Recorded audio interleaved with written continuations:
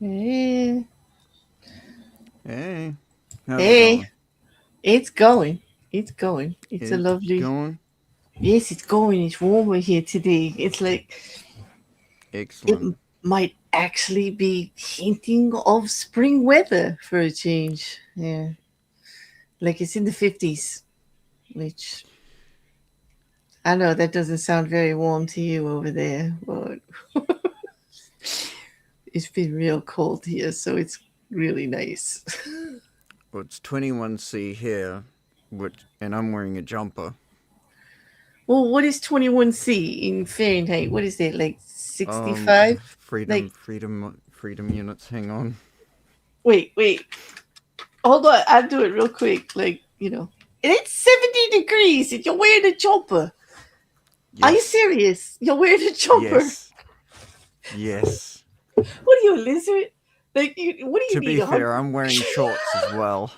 You're one of the lizard people for sure. Yep. Like you definitely need like hot rocks and stuff to live, like 100-degree temperatures. Oh, if I Yes. buy myself one of those infrared lamps and just like laze under it, oh, that'd be amazing. Oh God! Like, and here I am celebrating 50 degrees Fahrenheit, which let me just like freak you out because 50 Fahrenheit. Okay, Isn't that like 11? Like it's 10. It's 10? I 10. was close. It's very close because it's like 5/9.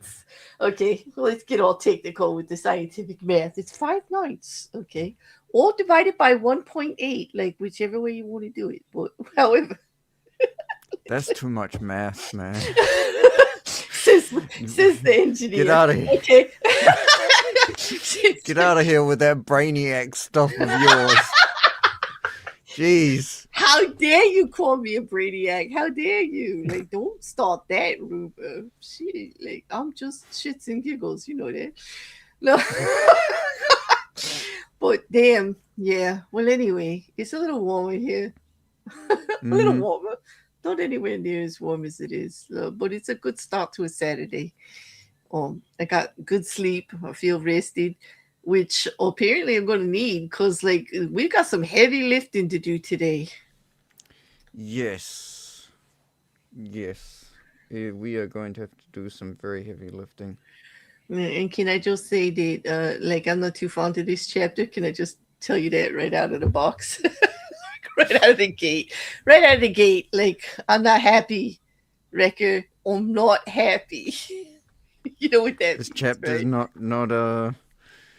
not to your liking. Um, it was difficult. It's difficult for me to wrap my head around. I mean, like most chapters, I see the practicality of it. Like, I'm not naive. Like, I get it. Like, business, dog eat dog world. Like, I I know how the world works. Like, I get it. And it's Mm-hmm. probably useful and all of that. It doesn't mean I have to like it. And damn, I don't like this one. I do not like this one at all. Ah, nah, I'm sure it'll be fine. Yeah. All Mm-hmm. right. You might have to help me out a bit because, like, if I get off, you know what happens when I don't like it? Like, I'll do anything but, like, to get off track. Like, I'll just get the bucket of ice cold water. You'll be fine. oh, don't threaten me with ice. You know how I am about my ice. Like, come on, I have to have my ice. Like, you threaten me with ice. That ain't gonna work. Like, seriously. Okay. Well, why don't you tell them what chapter we're working on? So, we're doing Law 26. Keep your hands clean. You want me to read the judgment? Oh, why don't I pull it up first to make it easier so they know what you're talking about? That would be good, right? Oh, yeah. That'll probably be helpful. Yeah. Just like, there we go. Hmm.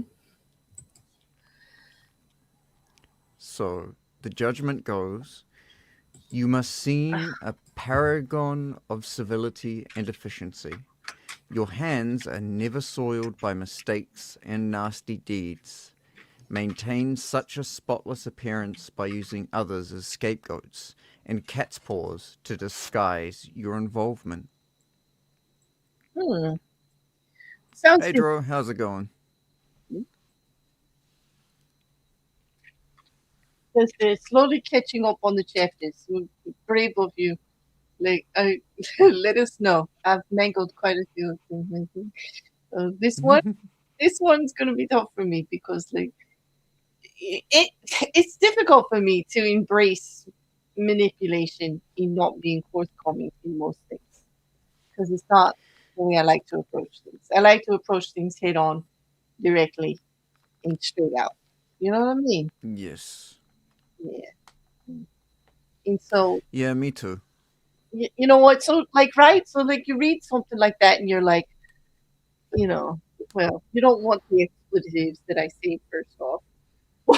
you just it just makes it a little difficult. Like how am I going to find this to be reasonable in the everyday life? Because that's the challenge with this. Although we're explaining Mm-hmm. what Robert Greene meant, and he is talking about big power moves and very aggressive business moves and how to get ahead when your goal and your purpose is the only thing that matters to you. I mean, in simple English, right? Like that's really what Robert Greene is talking about in the book. And it Yes. uses a lot of history and a lot of, like, the art of war and, like, this is what you do when it's kill or be killed, like that kind of thing. Well, Yes. the challenge was, how do we find the kernels of wisdom in these chapters that are good for everything, like even in everyday life? And I think more often than not, don't we fall upon the one that just says, well, it's good to know about them so you can protect yourself against them. Not that you Yeah, necessarily want to use them, but it's really good to know about them and to understand when other people are using them against you. absolutely. Because it is that kind of world out there, especially here in America. Like, to think that it's all, you know, unicorns, rainbows, and sweets would be naive. I mean, Look at what's going on right now. Like, this is a dog eat dog world. And a lot of things are out of control. So, Capitalism do be like that. yes, the almighty freaking dollar. Yes, yes. Mm-hmm. Yeah. As much as I would like to concentrate on human nature and the psychology of things and the philosophy of things, when it comes to real life, yeah, dog eat dog is more like it. You're right. You're right. Which is Yeah. why which is why I often wake up on Saturday mornings wondering why the hell you did this to me. But I just Well, you know, but I I love had a like thought, and I needed someone else to suffer the thought as well. to suffer the thought with you. Is that it? Okay. Yes. So it's like, Mm-hmm. let me see if I can work this out in well, it is like 48 chapters, so I better bring some company. Like I might Yep. I might get bored or lose track. Yeah, I can Yep. see that. Ah, in And it's good in entertainment too. in the tag I'm it, huh? Yeah. Mm-hmm. Mm. Was it like winning a contest, or like was the Uh, More like being chosen as a sacrifice. oh god? Occasionally, like when there's a chapter like this, that's exactly what it feels like. But oh, okay, so I didn't win any good prize. Hey, Mrs. C, thank you for coming and watching my absolutely getting flayed up here. Yeah, yeah. I think he's trying to do me in, Mrs. C. I really do. No. Yeah, yeah. No. But all right, let's. This is a long one. All right, enough goofing off. Like, let's Okay. let's. Yeah, I mean, I'm talking to myself. You're not goofing off. Like yeah. Like, believe it or not, you're the studious one here. Me studious? I'm gonna have to No, start slacking off soon. please don't. Not until we're done this chapter, anyway. Like, or at least the book. In general, like you're not allowed to slack off. We got too many projects we're working on. Like, no, there's no slacking off for you. Stop Yeah, it. we do. Yes, we do. So, part one of the explanation that Robert Greene is going to give us in this book is conceal your mistakes. Like, have a scapegoat around to take the blame. Our good name and reputation depend more on what we conceal than on what we reveal. Everyone makes mistakes, but those who are truly clever manage to hide them and to make sure that someone else is blamed. A convenient scapegoat should always be kept around for such moments. I, the image in my head of walking around with a goat is just too precious. Like, I just can't. They're smelly. They eat And everything in sight. They're not very particular in their diet. In like, mm-hmm. they're rather gross. And did you know they piss on their own beard? Really? Goats? Yes. I've been watching these other animal shows. Paul Cafaro for one, and he has lots of goats. He hangs around with his friend Branton from Fanatic, and they're always talking about how their goats are pissing on their beards. They're always pissing, and it goes up front and gets like how goats have the hanging down beard. Mm-hmm. Yeah, they said when you go and pet a goat and you think that it's been drooling and that's why the beard is wet. It's not necessarily so. It's Yeah. it's urine soaked. Yeah, it's disgusting. Gross. Yeah, just these little gross tidbits. I thought, like, my revenge. Anyway, Mm. we back to Robert Greene. Would you like to read the historical chapter, because there's a lot of examples here, and they're all observance of the law. I'm going to lay that out right now. There's 5 of them, and we're going to go through each one. Well, they're all observance of the law and not transgression. There's not a single transgression that we're going to talk about like yet.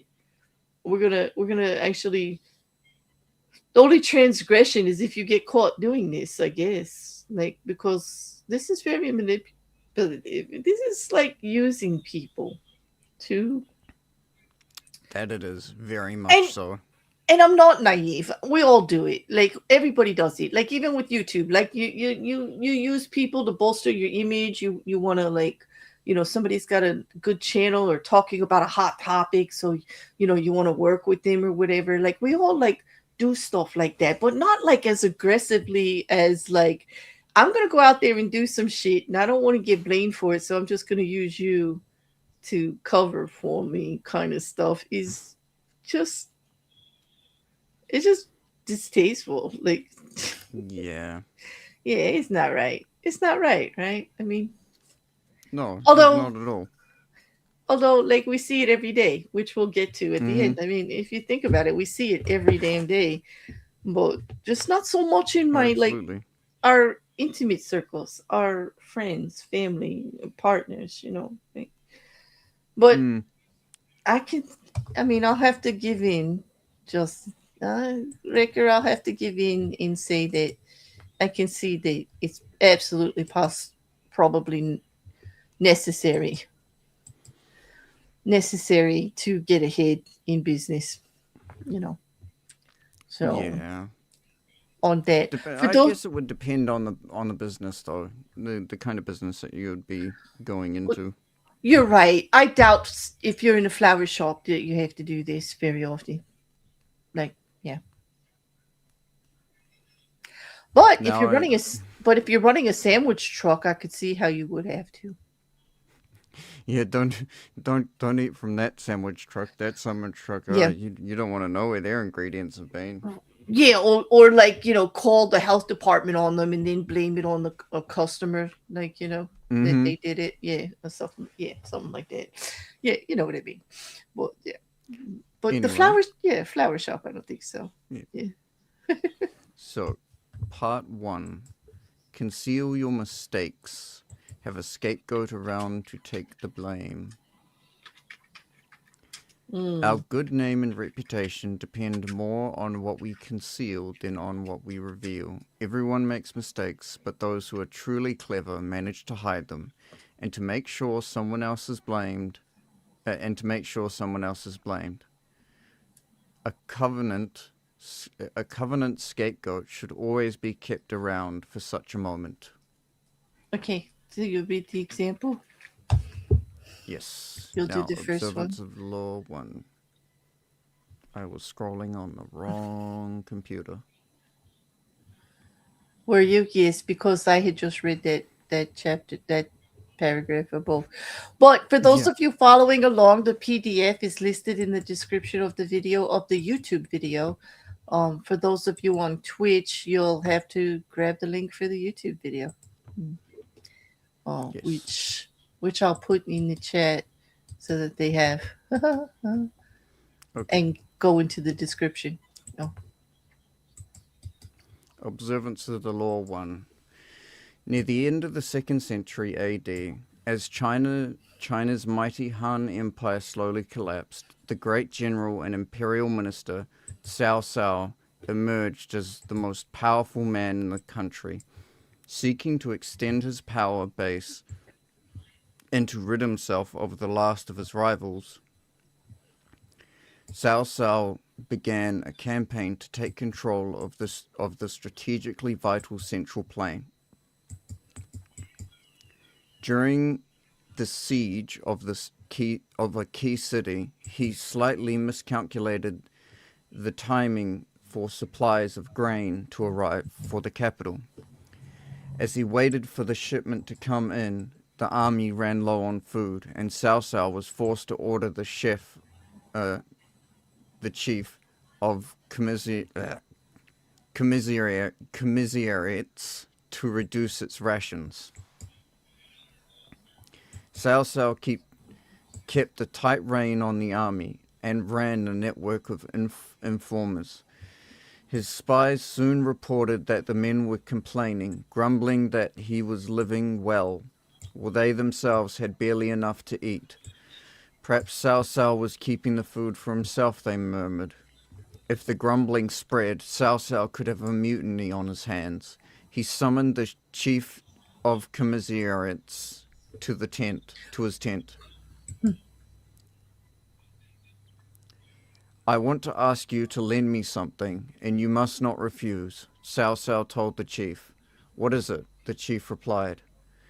I want the loan of your head to show the troops. What? Wait. Okay. I should have known that was coming. Okay, sorry. Yeah, Yeah. the head, yeah. I mean, he's just going to loan it to him. He can give it back, of course. Oh, that's a misstatement because how do you loan somebody your shit? I'm sure they had some advanced technology to reattach heads. Yes. Anyway, Yes. no, no. Okay. Where was I? Said Cao Cao. But I've done nothing wrong, cried the chief. I know, said Cao Cao with a sigh. But if I do not put you to death, there will be a mutiny. Do not grieve. After you're gone, I'll look after your family. Put this way. The request left the chief no choice, so he resigned himself to his fate and was beheaded that very day.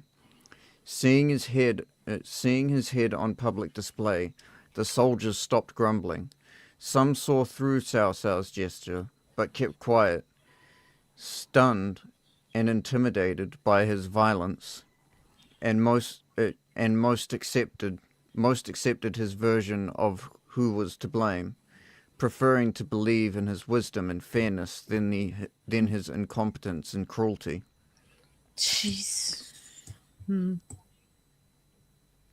That's yeah. Brutal. That's definitely brutal. In the fact that they're being quiet because they're like, okay, well, if he would go that far, like I better just be quiet. Yeah. Yeah. Like Definitely. if you would behead somebody to take the blame, he's definitely going to behead somebody to point it out that he's lying. Yeah. Yeah. It's like Yeah. it's one of those situations where you really can't say anything No, if you want to keep your head. I I guess not. Do you want to read the interpretation? Yep. Will it help So the with the? interpretation. Yeah. So the interpretation. Cao Cao came to power in an extremely tumultuous time. In the struggle for supremacy in the crumbling Han Empire, enemies had emerged from all sides. The battle for the Central Plain had proven more difficult than he had imagined, and money and provisions were a constant concern. No wonder at under such a stress he had forgotten to order supplies in time. Once it became clear that the delay was a critical mistake, and that the army was seething with mutiny, Cao Cao had two options: apology and excuses, or a scapegoat. Understanding the workings of power and the importance of appearance, as he did, Cao Cao did not hesitate for a moment. He shopped around for the most convenient head and had it served up immediately. Occasional mistakes are inevitable. The world is just too unpredictable. People of power, however, are undone not by the mistakes they make, but by the way they deal with them. Like surgeons, they must cut away the tumor with speed and finality. Excuses and apologies are much too blunt tools for this delicate operation. The powerful avoid them. By apologizing, you open up all sorts of doubts about your competency, your intentions, your intentions, any other mistakes you may not have confessed. Excuses satisfy no one, and apologies make everyone uncomfortable. The mistake does not vanish with an apology. It deepens and festers. Better to cut it off instantly. Distract attention from yourself and focus attention on a convenient scapegoat before people have time to ponder your responsibility or your possible incompetence. Oh my goodness. I You would know, rather betray the whole world than let the world betray me. General Cao Cao, AD 155 to 220. the- I mean, I understand like where he's coming from with that, like because, well, we're talking about somebody who's already in a position of power. In To Mm-hmm. keep your position of power, it's all about image.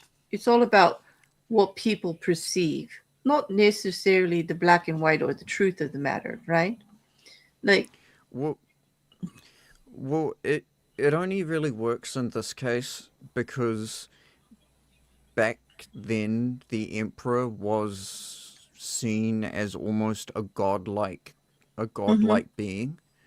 So for there to be for your essentially your god to have made a mistake, that just doesn't happen. That can't happen. right, Gods everything would don't fall make apart. mistakes. Yeah. But you know what? In corporate businesses, like the head CEO would be doing the same thing. How often is a subordinate fired for the mistakes that a CEO? It might have been his call to use like a stupid slogan on an advertising campaign. He was the final say, and the campaign fails. And what happens? The advertising company gets blamed, and the person that actually helps with the contracts gets fired, as if they were the one that made the decision. And no one ever talks Mm-hmm. about the fact that it was his call, like ever. Like once the heads start to roll, it's like rolling heads. Oh, I got the motto here: rolling heads Mm. stop wagging tongues. Yes. Yes. And so I guess that's the motto here, right? Like if they pin it on somebody, get it out of the way, give them somebody to point to and blame. Everybody, even though they know the truth of the matter, like especially if you're working for a company where you know nothing gets done that the CEO doesn't know about, right? And So I yeah. guess if you instill enough fear into your subordinates, you can you I can hate that idea though. I absolutely hate like ruling by fear. It's just so distasteful to me, but it's a fact of life. I get it. I get it. But it yeah, you can see what I hate about this, right? Like I know it. I it's know it's everywhere, but I just it's not. I don't like it. Yeah, I I think it's actually not so much ruling by fear. It is ruling by the use of extreme emotions.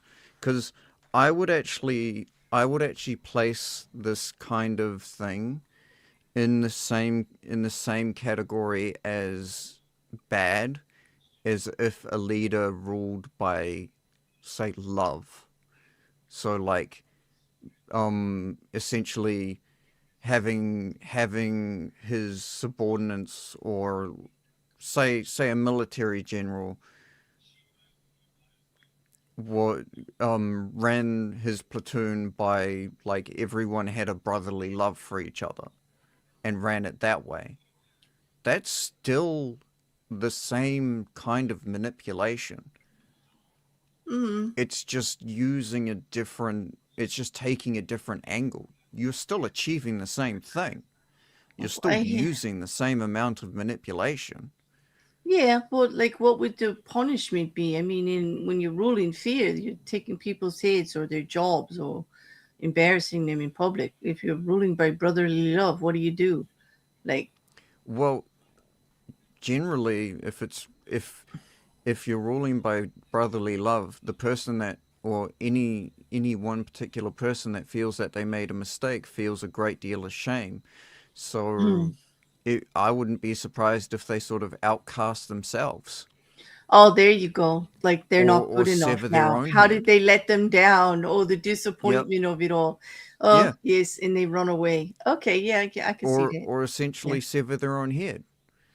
yeah. It's I'm not exact worthy. same Yeah. thing, Mm. different angle.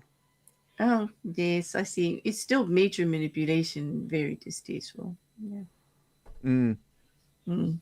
Oh, absolutely. Yeah. All right, let's go to the next example. Oh, I get to speak about Cesar Borgia. Like I like to say that. Like Cesar is a great historical figure that I have enjoyed stories about. Like, he's a real cod. He's like The Borgias are a the Borgias are neat quite family. an entertaining family. Like yes, They quite certainly know how to entertaining. What? they certainly know how to keep the entertainment in the family. Oh my God! Like you went there. Yes, yes, yes. They did. Yes, they did. And they spread it all over the country too. Like they. Yeah. Anyway, for several years, Caesar Borgia campaigned to gain control of large parts of Italy in the name of his father, Pope Alexander. In the year 1500, he managed to take Romagna in northern Italy. The region had for years been ruled by a series of greedy masters who had plundered its wealth for themselves. Without police or any disciplining force, it had descended into lawlessness, whole areas being ruled by robbers and feuding families. To establish order, Caesar appointed a lieutenant general of the region, Ramiro di Orco, a cruel and vigorous man. According to Nicola Machiavelli, Caesar gave the Orco absolute powers. With energy and violence, the Orco established a severe, brutal justice in Romagna and soon rid it of almost all of its lawless elements. But in his zeal, he sometimes went too far. And after a couple of years, the local population resented and even hated him. In December of 1502, Caesar took decisive action. He first let it be known that he had not approved of Diorco's cruel and violent deeds, which stemmed from the lieutenant's brutal nature. Then, on December 22nd, he imprisoned Diorco in the town of Cesena, and the day after Christmas, the townspeople awoke to find a strange spectacle in the middle of the piazza. Diorco's headless body, dressed in a lavish suit with a purple cape, the head impaled beside it on a pike, the bloody knife and executioner's block laid out beside the head. As Machiavelli concluded his comments on the affair, the ferocity of this scene left the people at once stunned and satisfied. Oh my God. It's like the staging of the worst gruesome Halloween set, like, eek. Can you But imagine? it's Like, more but it's a Merry Christmas everyone. Merry Christmas, everyone. Don't, yeah, like, yuck. But yeah, I mean, even though he's the one who hired him, this happens in business all the time. You hire a henchman to get a job done because you don't want your hands dirty. They do it. Everybody hates them. You fire them. And still, the job got done, and you got done what you wanted done. You just Mhm. don't have any blames for it. And then you look like the hero for getting rid of them because everybody doesn't like them. It's all the time done this way. Like you hire a manager to instill policies that are very strict, right? And then everybody hates Mhm. ending it ends up hating the manager instead of the policies because of how they're enforced. And then so you get rid of the manager and you don't have to change the policies. You just get rid of the manager. You still have all the policies you put in place. You just get rid of the manager because people don't like them because of the way they did it. It's Exactly. yeah, yeah. I mean, like I said, Or if they go ahead. I'm sorry. or if a company wants to shake things up, quote unquote, Mm-hmm. they're needing to make things more efficient. Mm. So they Uh, bring someone in. yeah. Once I finish this interpretation, I have a story to tell you about that one. I think I have a good example, a real life one too, that I actually lived through. Believe it or not, Oh. unfortunately. Interpretation. Cesar Borgia was a master player in the game of power. Indeed, he was. Always planning several moves ahead, set his opponents the cleverest traps. For this, Machiavelli honored him above all others in The Prince. When he wrote The Prince, like it was about Caesar, that, right? All right. Caesar foresaw the future with amazing clarity in Romagna. Only brutal justice would bring order to the region. The process would take several years, and at first the people would welcome it, but it would soon make many enemies, and the citizens would come to resent the imposition of such unforgiving justice, especially by outsiders. Caesar himself, then, could not be seen as the agent of this justice. The people's hatred would cause too many problems in the future, and so he chose the man who could do the dirty work, knowing in advance that once the task was done, he would have to display the orca's head on a pike. The scapegoat, in this case, had been planned from the beginning. With Charles, the scapegoat was an entirely innocent man. In Romagna, he was the offensive weapon in Caesar's arsenal that let him get the dirty work done without bloodying his own hands. With this second kind of scapegoat, it is wise to separate yourself from the hatchet man at some point, either leaving him dangling in the wind, or like Caesar, even making yourself the one to bring him to justice. Not only are you free of involvement in the problem, you can appear as the one who cleaned it up. Hmm. Hmm. So that way he like made himself look good. Even though the whole thing was his idea, he comes out smelling like a rose and the other guy's lost his head. Again, beheading was like the answer to everything back then, huh? Like yeah. Apparently, you got a little scrape on your leg, behead. Mm-hmm. You're feeling a little under the weather, behead. Mm-hmm. I worked You for a got a B company. and not an A, behead. Behead. Oh, damn. I can't even damn. That's a little strict. Well, I worked for a small company, or actually, I didn't work for them. I consulted with them. It was a small family business, okay, that often has growing pains when they start to get larger and they bring more employees in. They had only family working for them, cousins and aunts and children and grandchildren for the longest time. But they opened up two other stores and they needed to actually have people from, that weren't family working also.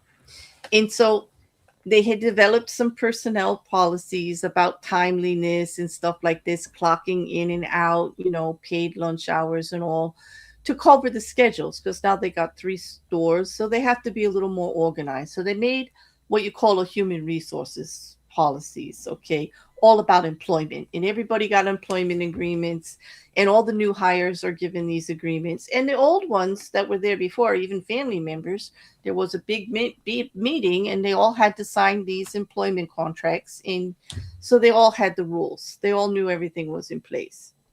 But as expected, the people that were there for years before didn't think these new policies actually applied to them. They were under Hmm. the impression it only applied to the new people coming in, because they're special, they're family, right? They've been there for Mm-hmm. years.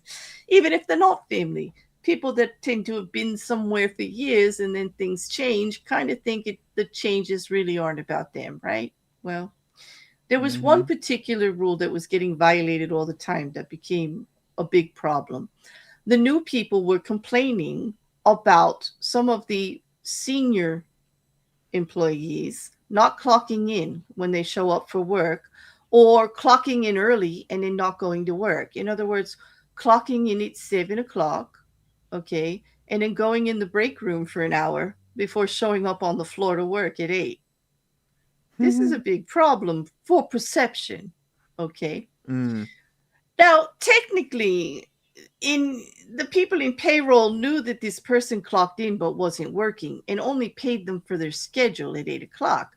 Well, perception wise, this was becoming a problem for new employees because they would clock in at 7:30 and they would expect to be paid from 7:30.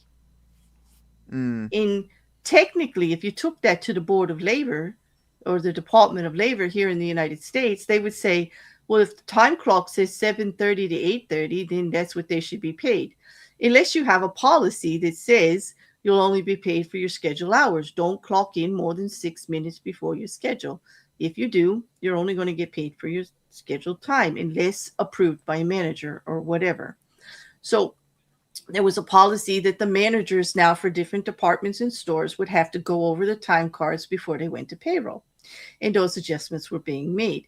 But the rumors were still getting bad. There was too much talking in the lunchrooms and on the floor and in front of customers about how people were getting preferential treatment, that they were being allowed to clock in an hour earlier and making more money because they were the chosen one, or seniority, or family, Hmm. nepotism. You know how people talk. So, Yeah. yes. So, the owner of the business consults with me, and I'm like, you're going to have to do some really hard stuff. You're going to have to tell them that you're going to enforce the time card law based on the state laws to protect your company, and that there'll be no exceptions, and that you're going to start doing unpaid leave or suspensions, and more than a couple of violations will lead to termination, regardless of who it is. And they're like, I can't do that. How am I going to fire my niece? How am I going to fire my granddaughter? Like, because they were two of the biggest offenders. They like to have their Mm. breakfast in the kitchen. He said, they don't understand because they're not getting paid for the hour. It's never been a problem before, and they don't understand. I said, I understand they don't understand, but you understand that you got to follow the laws, and you can't treat one different than the other. And you have it in black and white that they're not allowed to do that, but they continue to do that. So now you got to put repercussions in place. You have to show the rest of the employees. Otherwise, everybody's going to do it. And now every manager has to look over the time, every single time card, and adjust every single time card for payroll. And you have to hope that payroll understands those adjustments that they make. I said, and then you're going to have to eventually, if somebody gets fired, have to explain it to the Department of Labor why you're doing it this way. I said, and that can go either way. Either they'll understand, or they're going to call you in a violation. And those start at $10,000 a head. And so once you start telling them how Ooh. much it's going to cost them, of course, now he's like, give me a solution. Hire a new human resource director. What? I said, yes. Hire somebody for a year to take over the policies of employment, getting all the resumes on file, making sure all the files meet the standards for the employment, because you're getting larger. And once you reach 100 employees, which you're only a few away from, you're going to be under different regulations. So it's a good idea to get everything shipshape. I said, and let that person, the new person who doesn't know any of these people, bring everybody in one by one when they have anything that has to be adjusted on their time cards. I said, and make the time cards go to that person first, not the managers. And then pull the managers in to explain why these people are still doing it and why they haven't done anything about it. So Hmm. that way the managers would have to go to the people, Mm-hmm. right? And they could blame human resources, and then human resources, would take the brunt of it. And so it did end up working out, but they did end up firing like several people because they just wouldn't do it. But the people were getting warning notices. They were getting called into the human resources office to explain why they were there an hour earlier, why they couldn't just go eat breakfast and simply walk back to the time clock and punch in when it was time to go to work, because they had to go that way anyway to put their breakfast stuff away, right? And stuff, over near the lockers, which is where the time clocks were. And so it didn't make any sense. It's like, why would they put it? And they always framed it with, why are you putting the company at risk of huge penalties because you want to do it your way? Why do you think you're special that you don't have to follow the rules that they have there to protect them? They're not there to make your life difficult. They're there to protect the company that you want to work for. you know and yeah, several people ended up getting fired, and nobody really was happy. And then after everything straightened out, and people were grunting about how they were being treated, and everything was so regiment, and the family owned business has lost its love, and nobody wants to work there anymore because like they care more about how things look. Well, they just fired the human resource director after a year, because they knew they were all along. And everything just settled down, and everybody just started clocking in the way they were supposed to. It was like stupid, actually. But yeah, it cost them a new employee for the whole year and a lot of bad blood. I think two of the older employees ended up making big stinks about stuff. And they didn't necessarily get fired because of the time clock issue. They got fired for all the bad mouthing and shit stirring and problems they were causing within the stores. because of it. You know what I mean? Like pulling people Yeah. over in front of customers and talking about it, or making little powwows everywhere, holding employee lunch meetings to just badmouth everybody, and that was disappointing for the owner to hear that his own family was acting that way, when he was trying to protect them, actually, and trying to do it the right way. So two people did get let go from the seniors, and about five people of the new people got let go. But it set a good example to the new people of, like, the rules apply to everybody, and even you squawking about it is not going to look good. It's not going to look good. And anybody who complained about it or complained about other people doing it were actually brought in for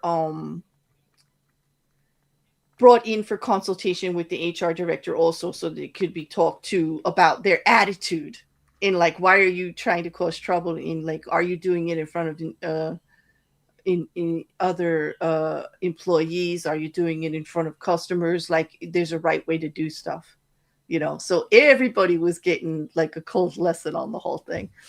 But the Oof. owner actually stayed, like, pretty distant from it. And by having the HR director, it gave the managers somebody to point to also, so that the managers didn't have to be replaced, because each store had their own manager. So, like, by putting somebody above them and then putting somebody, between them and the owner of the stores, the boss, it worked out nicely. The HR person was hired as a scapegoat. But here's the good thing, that the reason I went with it is because the person that got hired knew they were the scapegoat. They knew it was a 1-year job. They knew what the task was, and they did it really well, and they were willing to accept it. Like, I'm so sure they must have gotten a nice bonus when they they were got they were let paid go. well. I mean, when you're paying for a temporary job, of course you pay more than you would a regular person doing it on a regular basis all the time, right? When it's Mm. limited, because the person's going to have to look for work, whatever, and they're taking a year out of their life, and their career to do this. So, Yep. with no movement up, you know what I mean? So, Mm. definitely it was a little give and take. But that's how I wrap my mind around it. Like, yes, people have to do this, but when we did it with all honesty, like above board. Like, Mm. you know, there's no way the employees didn't know we were bringing somebody in because they were being ridiculous. Like, they had to get a clue that we're bringing another person in because you people are out of control and we don't want to deal with it. Like, you know what I mean? Like, it was all like kind of above board. But, long story, I get it. But that's a way that I saw it personally, and actually recommended. It was my idea to do it that way. Actually recommended bringing a scapegoat in, even though I think this is horrible to do. In business, it's necessary, absolutely necessary, because, well, the owner of the company has to stay the owner of the company, right? And he has to have Mm-hmm. respect, and he has to have all these long-term relationships he's built with all his family. I mean, even people that weren't family had worked for him already for 10 years. He doesn't want to ruin all those relationships. Like, these are It people he makes trust. family gatherings a little awkward. It does, but also you've got the trust. Like, this person who's worked with him for 10 years knows how things done, is a good employee, you know. But it was just like Mm. they were the growing pains of bringing new people in and having certain policies in place that people weren't following. Like, the policies were already there, but people weren't taking them seriously. They just kept thinking it just didn't apply to them. You know, and Mm-hmm. so, he had to give them a little a, a little awakening to, like, this is the way it is. We're all getting bigger, and that's good for all of us. We've got a pension now. We can get health insurance for everybody, but there's rules we have to follow. And, I don't make some of the rules he doesn't make, even though it looks like he makes them, but they're based on federal regulations in the Department of Labor and stuff like that. Well, yeah, it Yeah. was an interesting situation. So I see the need. I do. Mm. But, oh, we got a lot to cover, don't we? Okay, here, you get to have some fun with this. You can explain the scapegoat to them. Image. Let me just pull that up so I can see it better. Image: the innocent goat. On the Day of Atonement, the high priest brings the goat into the temple, uh, places his hands on its head, and confesses the people's sins, transferring guilt to the guiltless beast, which is then led to the wilderness and abandoned. The people's sins and blame vanishing with him. Authority: folly consists not in committing folly, but in being incapable of concealing it. All men make mistakes, but the wise conceal their blunders they have made, while fools make them public. Reputation depends more on what is hidden rather than what is seen. If you can't be good, be careful. Yep. If you can't See, be good, be careful. I like that one. I I think it really depends on where you are, like what kind of job you do, um, as to whether or not to make your mistakes public. Because let's take um YouTube for instance. Uh, if anyone spends any time like watching a lot of the engineering YouTubers and stuff like that, one of the things that is actually the most entertaining is hearing them go, I did this and I did this and it screwed up everything. But Mm-hmm. this is how I fixed it. Always, if there's a "this is how I fixed it," Mm, it's a good thing, don't you think? Yeah. yeah. Oh, yeah. And to be honest, I I would rather know someone made a mistake and then worked a way out to correct it than someone who hasn't made the mistake at all and hasn't actually had the chance to correct it. Because people that if someone if someone is worth their salt, generally you learn from your mistakes Mm-hmm. and you more often than not don't make the same mistake twice. So if I know, for instance, let's say let's say go with a bridge builder. Someone who's built 100 bridges and none of them have ever broken down under his watch. Well, that's good. That means he's got a 100% success rate, right? Mm-hmm. Well, if, for instance, someone has built 100 bridges and three of them have nearly failed, but he worked out before they failed, um, what was the cause and corrected it. That that person who corrected it has more knowledge than the person that successfully made 100 bridges. Mm-hmm. Yeah. So then that person is going to know a few more nuances in bridge building in the actual building of a bridge than say the person that's always perfect. I mean, the person that's always perfect is always going to be desirable, but if But it's really pretty hard to keep up that image too. yeah, In being too perfect, actually, well, here's the it here's instills he, resentment in those around you and like expectations that and pressure well, in expectation that can't always be met. no, but here's the thing that sort of makes me a bit hesitant when I hear someone is perfect, and I said this deliberately.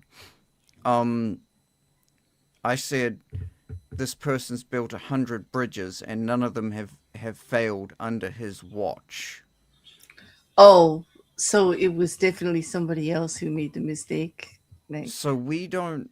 So when you hear that, was it was it just because was it just because he wasn't maintaining the bridge at the time that it failed, or was it something that he did that someone else kind of just gave him the benefit of the doubt, which does happen a lot in building, when especially when working with superiors, if they do sometimes I've done a little bit of construction, and sometimes a foreman will do something that looks a little weird, but it's always works for them, Mm-hmm. and so you just sort of give them the benefit of the doubt. Mm-hmm.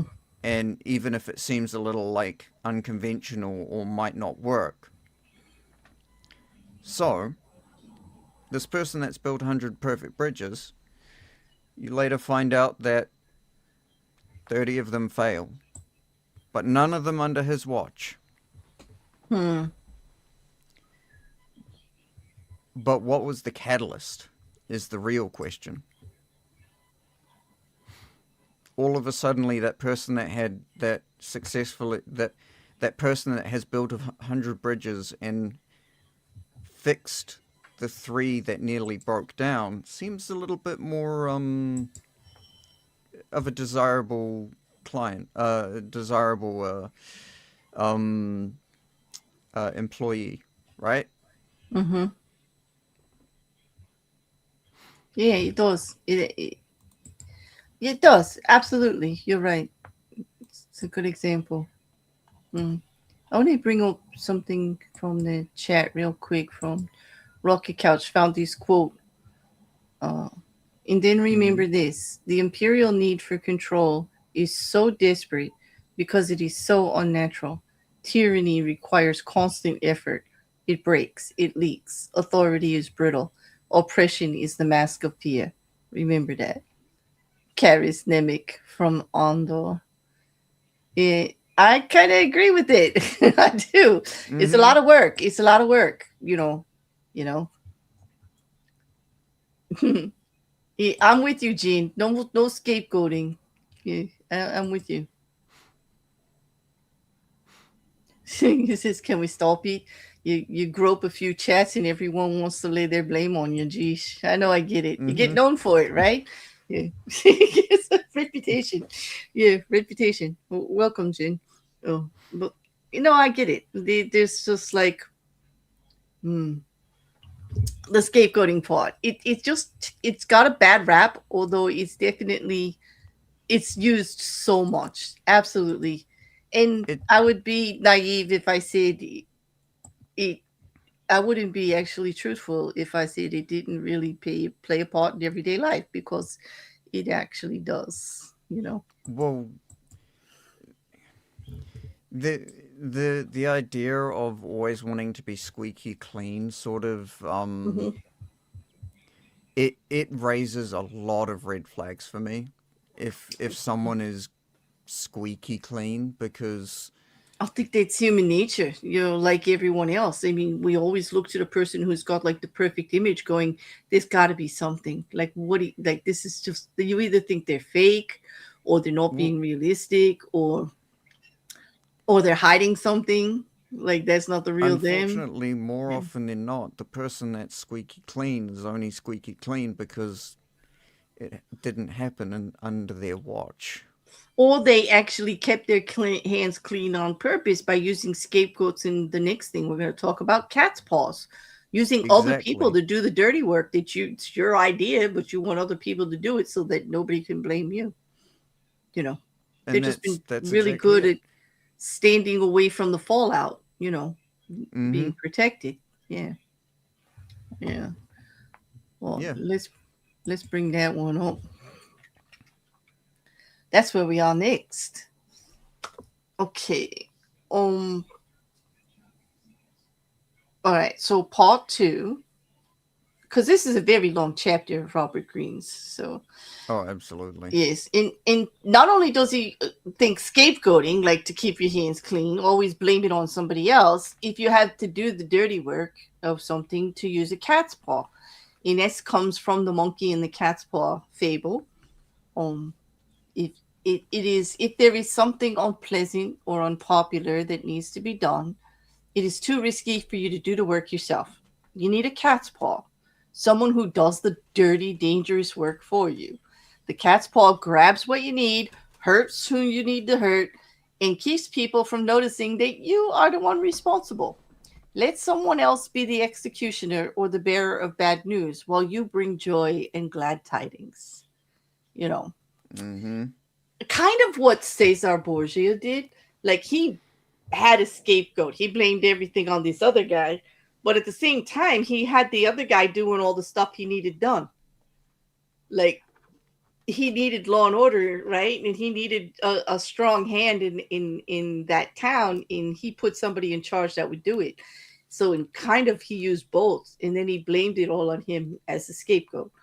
But he kind of used him like a cat's paw, right? He needed the job done, so he put him there to take care of it. Exactly. And kept his hand instead of going to the people and saying, you need to stop doing this, like making them resent him. They resented the other guy. Yeah. So I guess the best thing to do is to get right into the examples then of the cat's paw. You've got a nice one to read here about I Cleopatra. do. Cleopatra. Mm-hmm. I like Cleopatra stories. Didn't we just have Yes. we had one last chapter? That was Caesar when he met Cleopatra. Yes, and she used all that manipulation in with all of them. Like she had everybody doing what she wanted. Like she eliminated her whole family that was in competition for her to rule Egypt. Right? That might be this one. Is it? Okay, I go think ahead. so. Oh, sorry. Go ahead.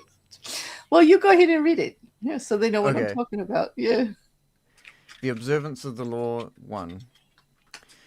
In 59 BC, the future Queen Cleopatra of Egypt, then 10 years old, witnessed the overthrow and banishment of her father, Ptolemy the 12th, at the hands of his elder daughters, her own sisters. One of the daughters, Bernice, emerged as the leader of the rebellion, and to ensure that she would now rule Egypt alone, she imprisoned her other sisters and murdered her own husband.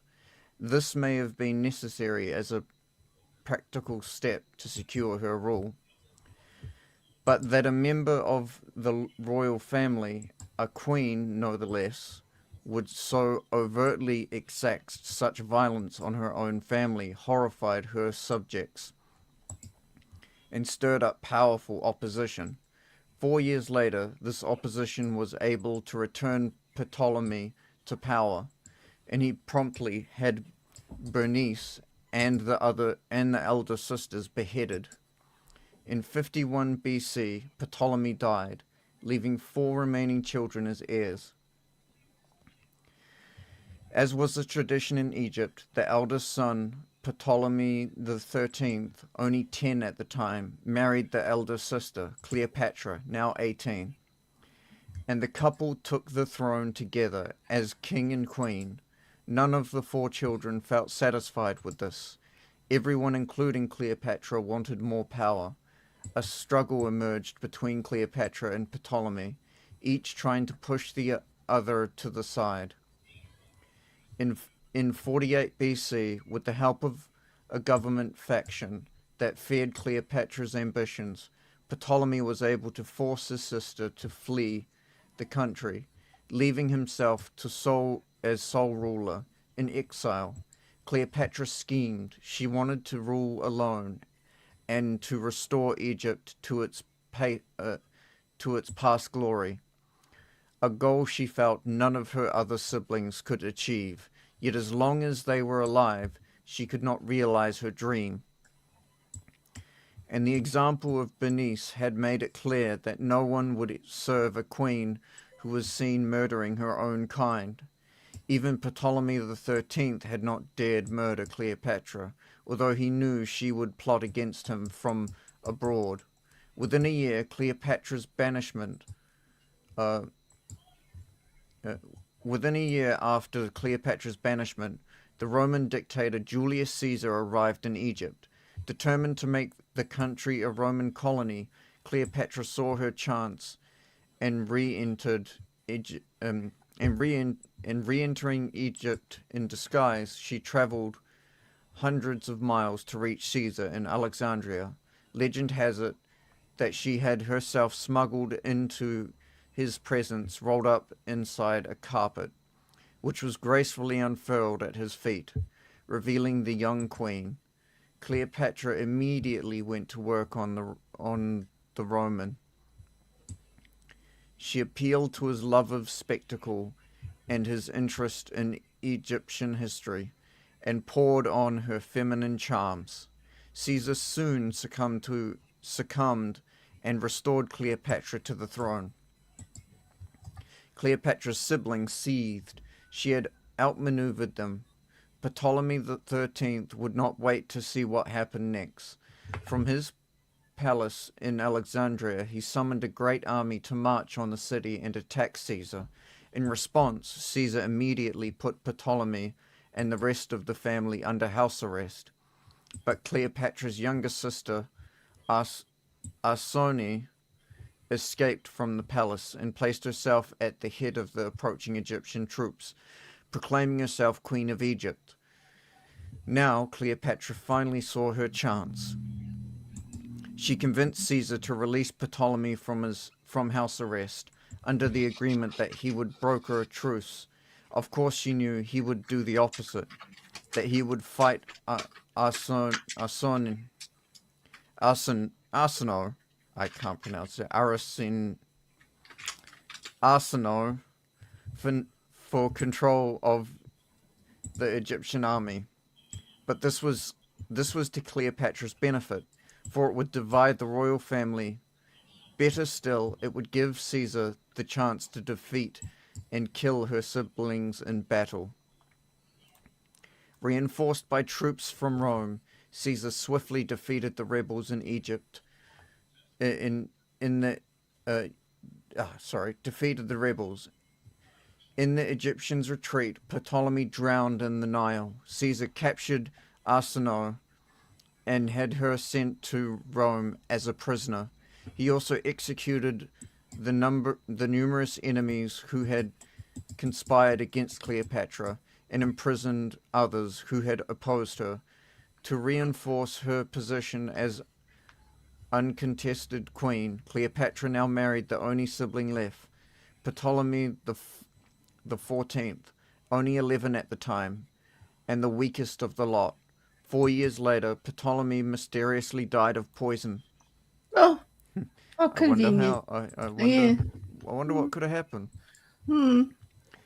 In 41 BC, Cleopatra employed on a second Roman leader, Mark Antony, the same tactics she had used so well on Julius Caesar.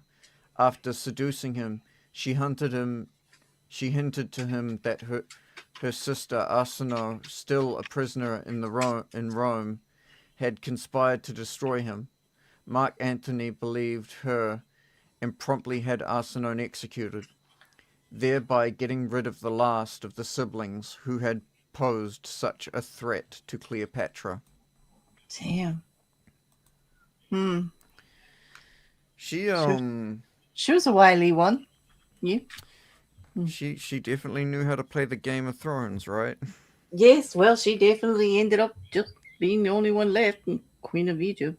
Yeah, definitely. The remarkable thing is she did all of that away from Egypt. She was in Rome the whole time. Yeah, Like, and her people were okay with it. mm-hmm. Yeah, it's like, wow. Okay, You want to do the interpretation? Although it's pretty absolutely. blunt. This one? Mm-hmm. Yeah. Interpretation. Legend has it that Cleopatra succeeded through her seductive charms, but in reality her power came from her ability to get people to do her bidding without realizing they were being manipulated. Caesar and Antony not only rid her of her most dangerous siblings, Ptolemy the 13th and Aracene, they they decimated all of her enemies in both the government and military. The two men became her cat's paws. They entered they entered the fire for her, did the ugly but necessary work while shielding her from appearing as the destroyer of her siblings and fellow Egyptians. And in the end, both men acquiesced to her desires to rule Egypt, not as a Roman colony, but as an independent allied kingdom. And they did all of this for her without realizing how she had manipulated them. This was persuasion of the subtlest and most powerful kind. A Hmm. queen must never dirty her hands with ugly tasks, nor can a king appear in public with blood on his face. Yet power cannot survive without the constant squashing of enemies. There will always be dirty little tasks that have to be done to keep you on the throne. Like Cleopatra, you need a cat's paw. This will usually be a person from outside your immediate circle who will therefore be unlikely to realize how he or she is being used. You will find these dupes everywhere, people who enjoy doing you favors, especially if you throw them a minimal bone or two in exchange. But as they accomplish tasks that may seem to them innocent enough, or at least completely justified, they are actually clearing the field for you, spreading the information you fed them, undermining the people they do not realize are your rivals, inadvertently furthering your cause, dirtying their hands while yours remains spotless. Mm. Damn. Another reason why someone who's perfectly built 100 bridges is is a bit of a is a red flag. A red flag. Absolutely. You know, oh, these examples, just are bigger than, are like larger than life, right? They come from history, in their like stories that have been told a million times, and they're just like, when I try to wrap my mind around how to use them in everyday situations, like sometimes, like when it comes to the Cleopatra story, I'm just like, well, if I just take it down to the nuts and bolts of it, the simplistic view, it's really just basic manipulation. It's just basic wily ways. We all know people like that, that just, in and Silver in a tongue. way, yes, when it comes to business, there can be great respect for that, right? But when it comes to Mm-hmm. personal relationships, how much respect do we actually have for that? Are we not all being the catty petty ones talking about that person? Like, oh yeah, she just bats her eyebrows and they do whatever she says. Like, like, oh, of course she got her way, because Mm-hmm. she manipulating them or whatever. Like, you know, all thinking of the people like, Anthony and Caesar as fools. I mean, how many of us sit here and go, foolish men? How could they like put themselves at risk like that just for her because she said so? Like, really? But Mm-hmm. it's like, but in the situation, I mean, it just seemed like the norm. Like, of course I will defend you and I will attack a whole country and and decimate a whole family line for you, and whatever, because I can't, because after all, he's Caesar or Mark To Anthony. be honest, Yeah, I wouldn't be surprised if they were essentially doing the same thing to her. exactly. Because, like, she's got the reputation of being unattainable, being so beautiful, being fickle, like no one can tame the beast, so to speak, being an unattainable woman, and they want her. But then again, she actually, like, when she met Caesar, isn't it? Didn't they say that like she just met him like having them bring her wrapped up in a carpet and threw her at his feet, and so she Mm-hmm. came in a subservient, like bowing to him, like this could all be yours kind of routine. Mm-hmm. Like it was like, Oh man, Well, it's like, you know. and the thing is that it's easier to rule a kingdom if you come from the kingdom than Exactly. if you're an outsider. So it actually makes perfect sense that Mm-hmm. that Caesar and Anthony would uh, would actually want to use her Mm-hmm. as basically their scapegoat Mm-hmm. to broker a level of power the um Well, what if within the Egyptian yeah, just people. yeah, between the countries, right? Like between Yeah. the dynasties. Actually, well, Maya's got the good point. This is the point I was trying to make. That she was fascinating evil for sure. Like she Mm. absolutely could manipulate and did everything. She was a great. She is usually told as a Jezebel and rarely gets respect of a strategist, even though she is one of the great examples of strategy in motion. Like absolutely Mm-hmm. always doing something for her end goal. Great strategic, but they don't give her the power. Now, I'm sure Maya and I could do a whole nother series on why that is, right, Maya? Like, yeah, you don't get a headache, Rick. It's okay. I'm not going to make you do it because here's the thing. First of all, we have the whole thing where Mark Anthony and Caesar are, well, bowing down to the whims of a woman in a position that some of us, especially women who like get the clear picture here that she's actually manipulating them and the one in control, they are in more of a Mm. cuckold kind of situation, but they don't want to be known like that. And so like along comes, the situation where you'll explain, well, no, well, maybe they were manipulating her too. Like, Mm-hmm. actually, in this position, really, how I would have to push back a little because what do they have to gain? You said the respect of the people, yet they just annihilated the royal family, all of them. I don't know, like most people of a country are kind of, feel a certain way about the people, the royal family line. you know, Well, it's they've also confirmed that their army is powerful enough to take over Egypt if they want to, true, but they won't because Cleopatra is the but queen they in won't. Yeah, right. And so there's an but they want alliance to. there. Yeah, Yes. So there's yeah, there's exactly. an alliance there. But Mm. I mean, you'd have to admit the true power play here is with Cleopatra.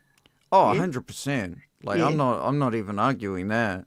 Yeah. Yeah. No, Um, no, I didn't it. think you were. But it's just like, but I think Maya and I's point is that history often will take that away from her.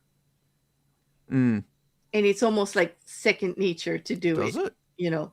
Yes, because God forbid they make her the Jezebel, like she entranced them with sex, like it wasn't even her being a strategist or using conniving words or positions. I'm sure they enticed them with what this could mean for their country and why they would, because I can't imagine a man going to war and battle just for something he can get on a regular basis anyway you know Um.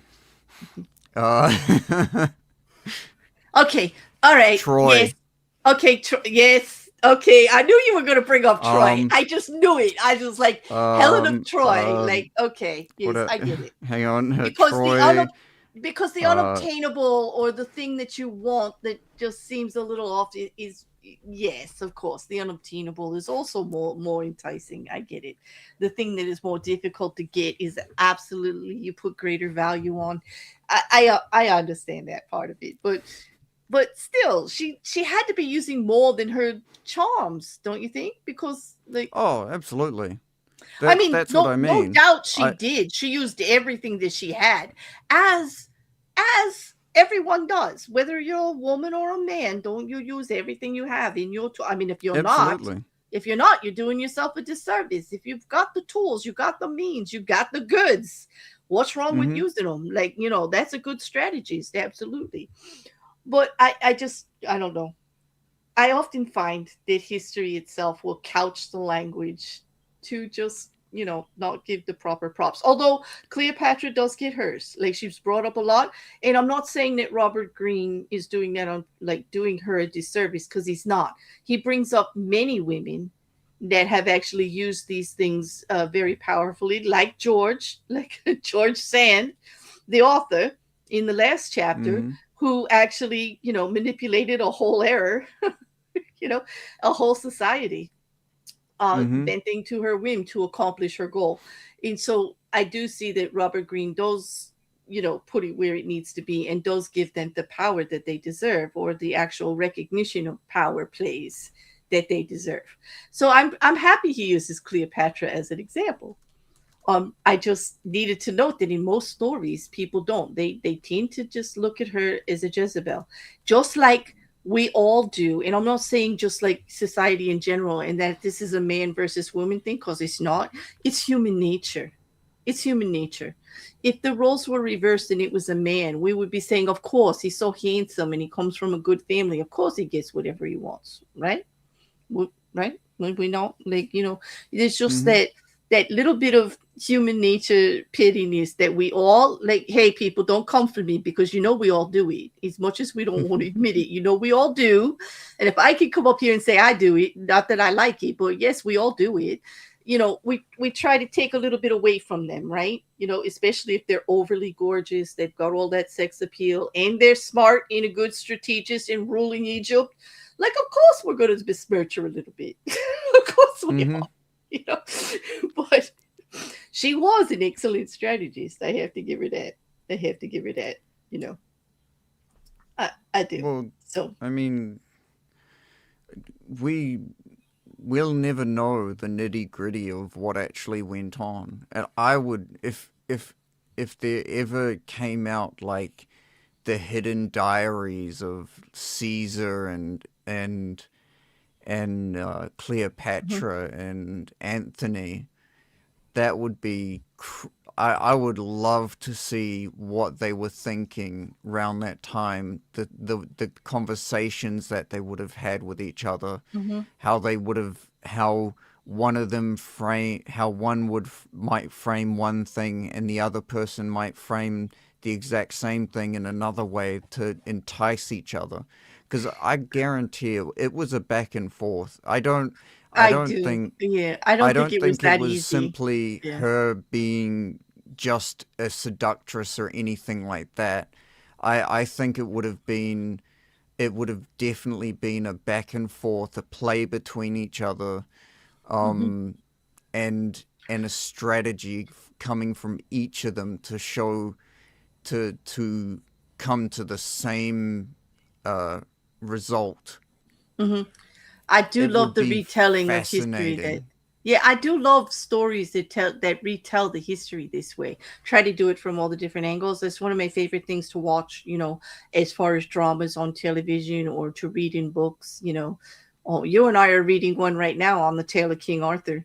They, Mm-hmm. going all the way back to an old book I read as a young woman called The Mists of Avalon, that comes from the other side of it, like before Christianity, and how Mm. Arthur's moved from earth magic and earth religions and the way things were into the story of how Christianity took over England. Like, it's a compelling, different angle. It makes it interesting. But Mm. I love those kind of stories, like you said. Like, there had to be more there between Cleopatra in Caesar and Mark Antony. And this story has been told how many times? Like, it's a great triangle. It has love, in sex, in power, in countries, in war, in blood, in deceit, and it has everything in it. Like, it gets told numerous times from so many times from different angles. And I mean, I never get bored of it, because they're always Yeah. changing it up a little bit. I just wish But they would show they would have a more complex storyline, because a lot of them end up being very one-dimensional. Like, for instance, the angle that everyone tends to go down of Cleopatra being a seductress, and you end up seeing an entire movie around Cleopatra seducing Caesar and having this almighty control over him, and it's like, okay, sure, whatever. Um,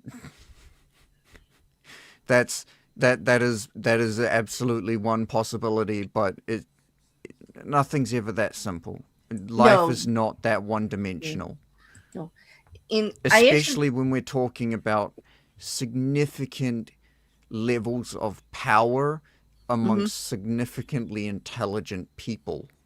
mm-hmm, yeah, right. Like the stories when we went with for Elizabeth the First and how much power she wielded and for how long, Mm-hmm. and how difficult that was, and how, you know, a lot of the things that she put in place, other people got credit for, but that was to make sure that it would get done. You know, uh, Mm-hmm. the stories are fascinating. What we cannot actually ignore that there were quite a few very powerful women in the past Mm-hmm. in history, Oh, and and absolutely. and that it that and what I guess going back to the original point that Maya and I may notice how they get relabeled a little more often than the men do in power situations.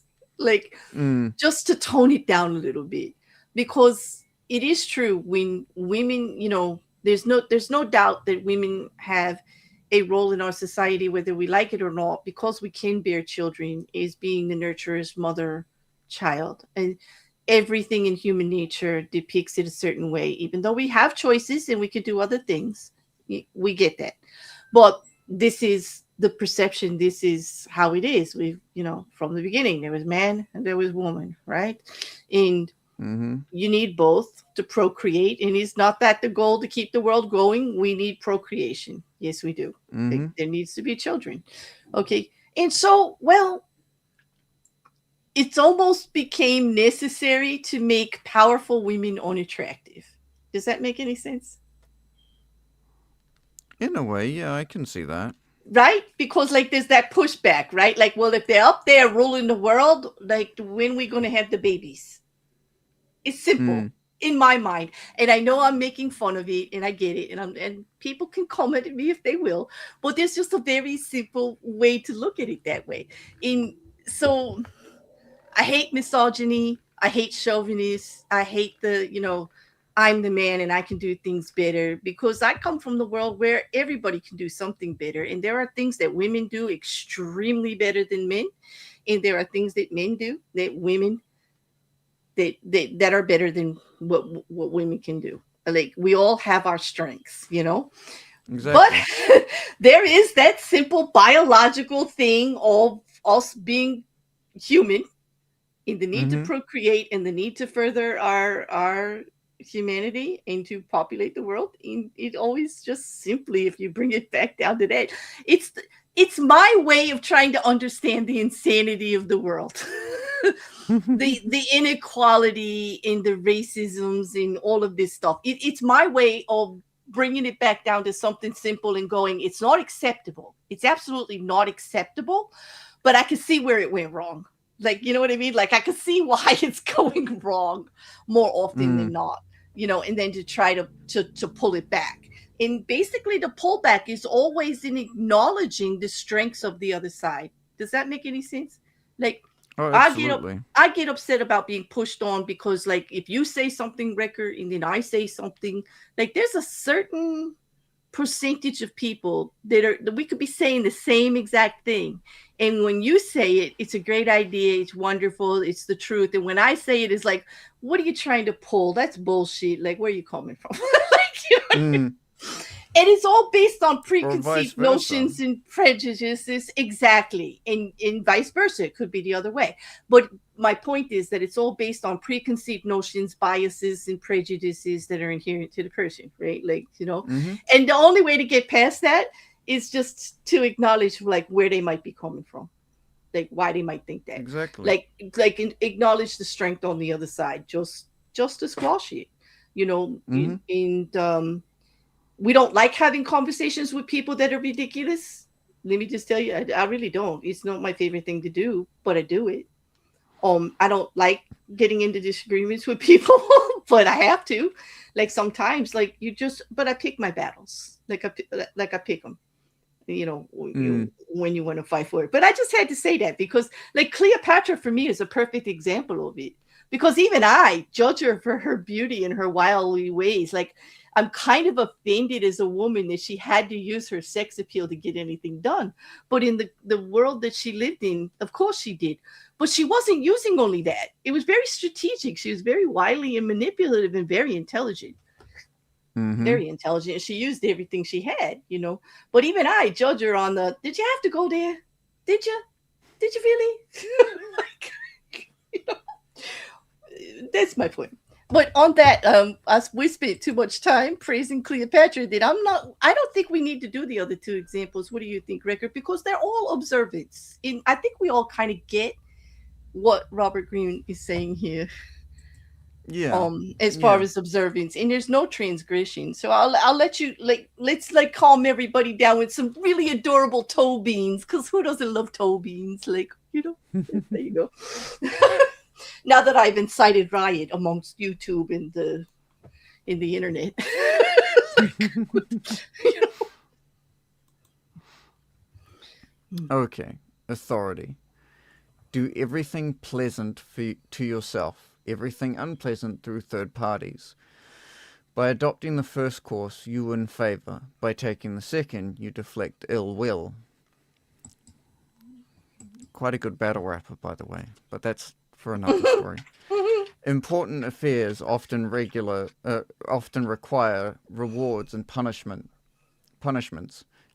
Let let only the good come from you, and the evil from others. Balthazar Gracian, 1601 to 1658. Ooh, he had a short life. I Hmm. guess not that short Well, not for for back those then. days. Like, that's what, Yeah. 57 years. Like, no, that was pretty Mm. old. Like, people were dying. Like, if you made it to 30 something, right? Isn't Mm-hmm. that what we've read? Like, just think of all the Yeah. disease and plague and stuff like that. They didn't have like I think sewers in. They didn't have like proper running water drainage like I this. I did read something that if you control for like the amount of infant deaths, it actually evens out to being relatively the same. Really? I'm Yeah. surprised by that, actually. But I do know infant death was really large. Like, there was a lot of infant mortality. Like, to survive even the first couple of years was rough. Yeah. Mm. Mm. Anyway, the image. Mhm. The cat's paw. The cat's paw. It has long claws to grab things. It is soft and padded. Take hold of the cat and use its paws to pluck things out of the fire, to claw your enemy, to play with the mouse before devouring it. Sometimes you hurt the cat, but most often it doesn't feel a thing. True. So, like, they're trying to say, the cat's paw would actually be playing along. How many, like, do you see, like, in all of these situations where the number two is quite happy to be the number two in a situation and take all the blame Mm-hmm. and do all the dirty work and all of that? Because actually, being the cat's paw is its own power in itself. Mm. Yeah. So, you know, If the cat becomes self-aware of how much power it has, it gets pretty dicey.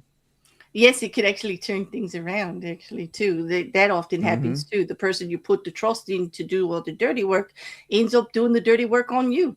How many takeovers have we seen in companies? How many stories have we Caesar. watched in drama, like Caesar? Yes, and Mark Anthony. Mm. Exactly. Yeah, you do this, and then I'll take over that. But yeah, yeah, we see it all the time where the person you trusted the most to take care of everything for you actually just ends up getting resentful of it, or says, well, why, if I'm doing all the work, why can't I have all the glory? Yo, yo. But with that is an actual, that's the transgression right there, Rekkr. I Mm-hmm. think I found it. The transgression, or how not to use this, is if that cat's paw or that like person actually rises up thinking that they're going to be the top right now and they're going to have the shiny reputation, The fact that they came from the number two position doing all the dirty work, they're coming besmirched. They've got a big black spot on them already. And they're not going to have trust. Like, people are not going to trust them. They're always going to think they're doing something shady. Mm-hmm. After all, you know, if you are the one who took out the king, are you not the kingslayer for the rest of your life? Yep. Does it matter what you do after that? Is that not the first thing people think of? You're capable of that. Everything they think of you becomes part of your, well, you're capable of that, so you could do this. You know what I mean? Like, you're going to get Exactly. judged. Yeah. So it's iffy. So they got to be careful about it too, because reputation, as we've learned in the other the chapters, and it's part of this one too. What is this chapter all about? Keeping our reputation like shiny clean and not being, dragged into any of the scandals or anything, even if we're the one doing it. Like, that's what they're saying. Like, just keep it all clean. Which is mostly impossible. And I kind of approach real life a little different, like in accountability. Like, nobody's perfect, and I would go with like, hey, you might not like it, but I screwed up, or I did this, or I did that. But I'm going to take accountability. I'm going to learn from it. You know, I'll answer for it. But am I Mm-hmm. going to blame like the person standing next to me that had nothing to do with it? No, I don't think so. you know, but I think a lot of times when we do apologies like that, we do bring other people into it, and because of the situation, we kind of like explain it like, this is why I thought this, or this is like what what influenced my decision. You still had to take accountability for what you did, and why you thought what you did or what you did. You can't really say, well, this one made me do it. Those kind of apologies are the worst ever. Like, blame apologies, would you agree? And we hear them on YouTube like all the time, like in Mm-hmm. socials. Like, I hear them constantly, and even people trying to apologize to me, they say, I'm so sorry. I never should have did it. I really regret it, but it's because of so and so, or it's because of this. This is what I heard, or this is what it is. It's because of this. They told me it was a Yeah. good idea. Yeah, so I did it. Yeah, like, they forced me into it. Like, I went with the crowd, whatever. Like, those don't mean as much to me. Those are like, those aren't real apologies, actually. That's not, because to me, an apology is accountability. An apology is like, you come to me and you're sorry about something, and you're saying what you learned from it and how we got here. And it's an actual conversation about the real deal. You know, Mm-hmm. that's a true apology. You know, not this like, I'm sorry, give me a second chance, I'll never ever do it again. I'm like, yeah, so said the snake in the viper. Yeah, Mm, but no. exactly. Yeah, you know what I mean. But green doesn't, green just wants us to use this for, just keeping your reputation, basically. Not to, if there's a way to do something and not have you known for it, especially if it's distasteful, you know or unpopular, you know or risky, or like has a chance of going the other way, like to being not popular with the people, or having some blowback. He wants to, these are his points, right? We should read them, one after the Well, other. I'll read one, you read one, or yep. do you want to start? Sure. Key points. Always appear as a paragon of civility and efficiency. Never let your hands get soiled by errors or nasty deeds. Mm. There's a reason why the executioner wears a hood. This is true. They can't be blamed for the deed. It's the policy, not the man, right? Mm-hmm. Use scapegoats to deflect blame for mistakes. Excuses or apologies weaken you, while shifting responsibility preserves your power.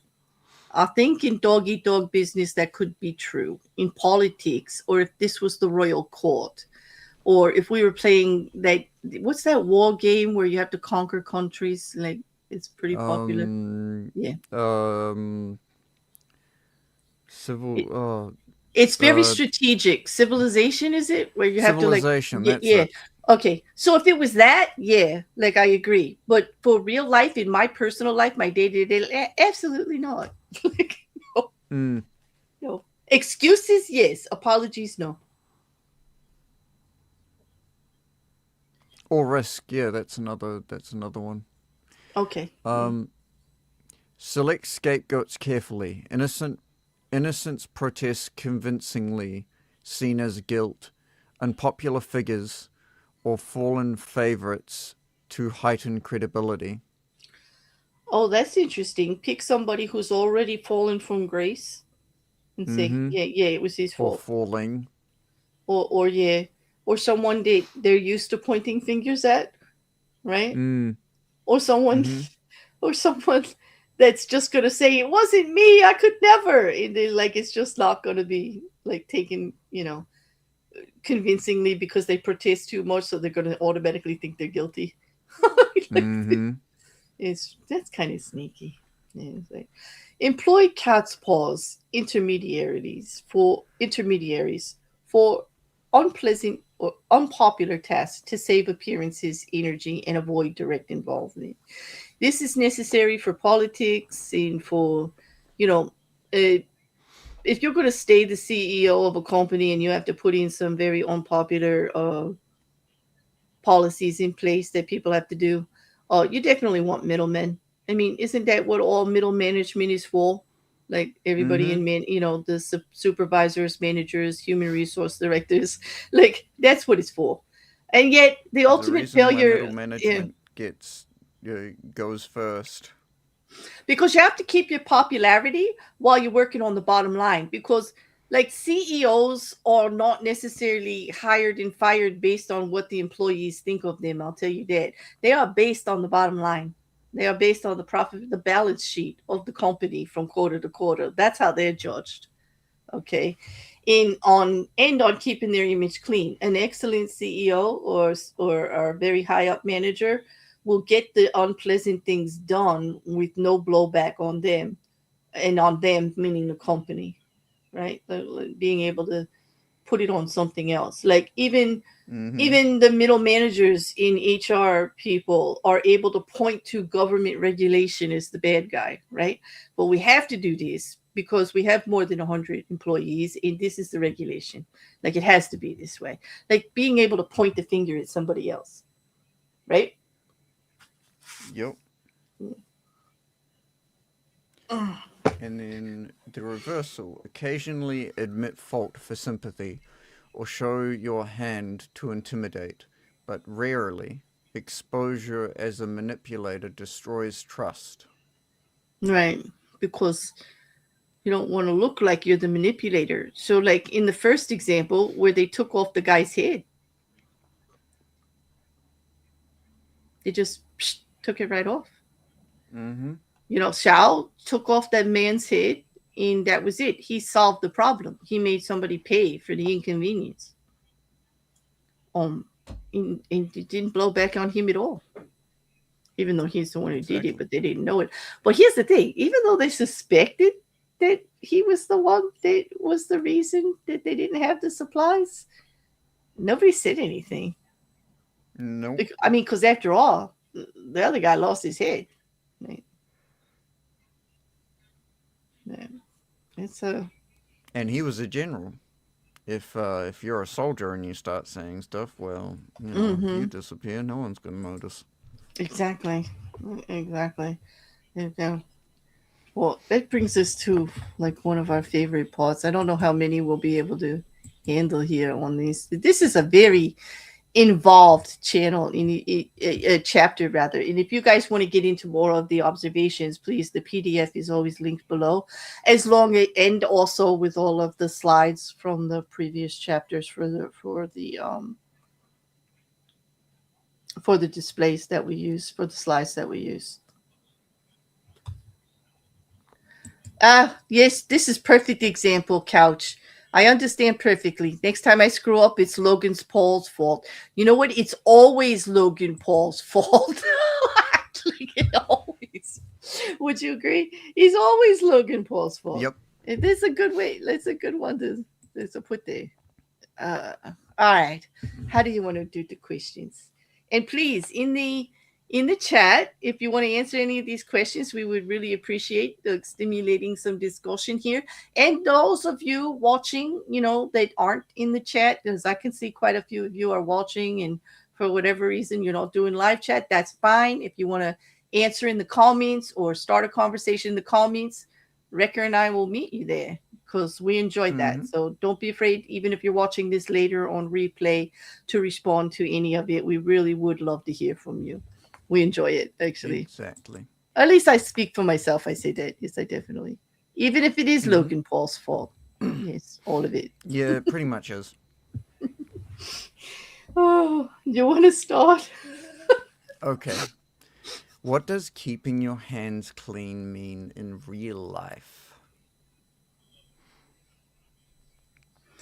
Oh, I'll Hmm. let you answer first. I have a good answer for this, actually. What it means to me personally, actually. Um, it means always looking like the best option. Mm, that's a good answer.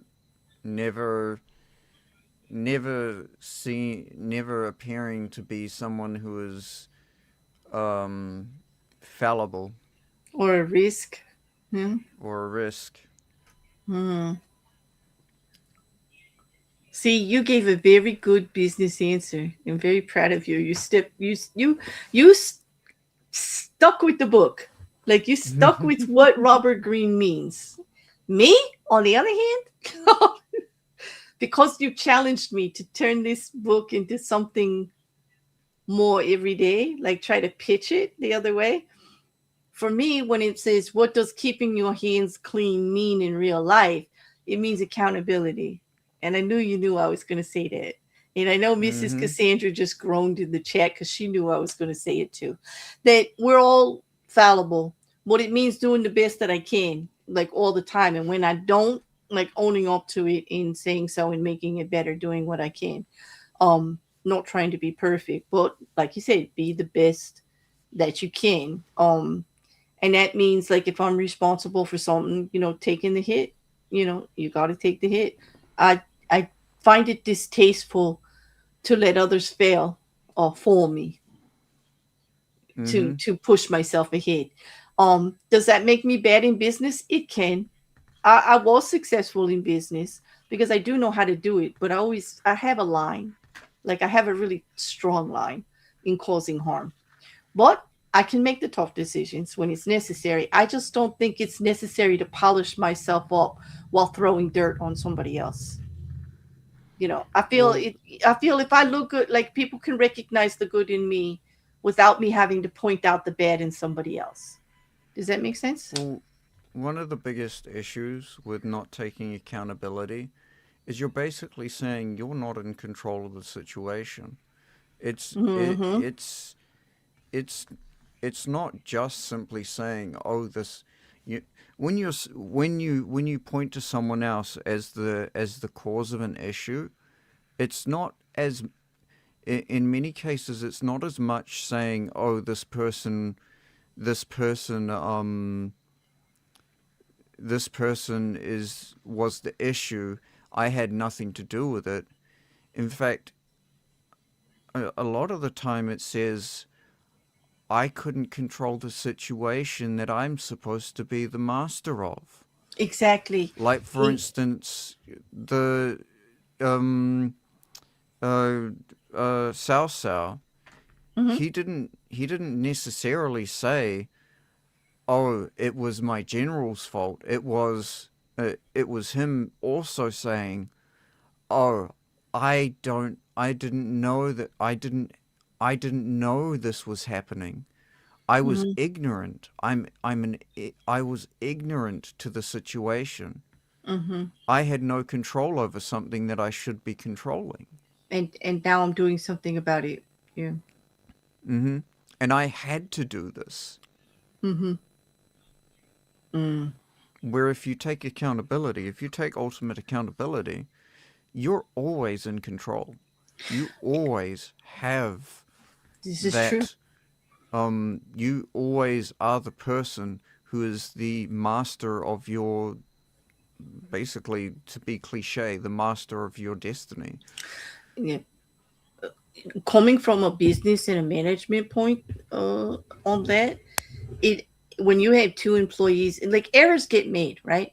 And the simple thing is like there's going to be mistakes. It's what you do about those mistakes and how and the actions that are taken in regards to them that actually matter. You got like say you go to a factory assembly line, right? And you're assembling some like you know how these work. Like you got to put one thing in another. A lot of this is automated Mm-hmm. now, but like just say there are people on them, right? And you got two people working, you know, on the line, and the line speeds up. Okay, like some hitch happens, and they start being able to not handle everything that's coming in front of them at the same time, and they start to get a little bit behind. You got two different employees. Okay, one employee, right, comes in, and when you say, well, why was the line like, why were you making more mistakes, or why weren't you able to reach your quota at this certain part of the day, and says, well, it's because like so and so wasn't doing their part, so everything was coming up busted up, so I like really couldn't keep a handle on it, right? And so they're like, okay, so they're blaming another employee and saying that that's why they couldn't keep up. And then the second employee comes in and says, well, the line started to go faster. So what I did is I let like five or six of them go ahead so I could get back in control and make them accurate because I found I didn't want to make mistakes. Which one are you going to keep if you have to get rid of one of them because the mistake like cost thousands of dollars that day? I'm going to get rid of the one that finger pointed, like Yeah, I because am too.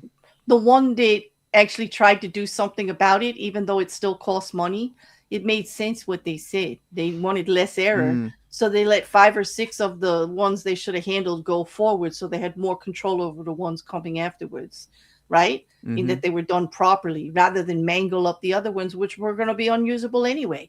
At least now they haven't been touched and can go back in circulation to get redone, right? Exactly. I'm going to keep the one that used their head and actually did something about it without pointing fingers at somebody else. Didn't blame the line, didn't blame the machine, just talked about what they did about it in the situation. It, those are the kind of people you want because you're right. Like taking accountability, not trying to put it on anybody else. You know, even though they Yep. know they're not to blame, the line sped up. I mean, it's inhuman to think that you can go 10 times faster just because somebody turns a switch. You know. Well, so the second one is even more complicated. Do you think this law is more protective or manipulative? Um, I think it's a bit of both.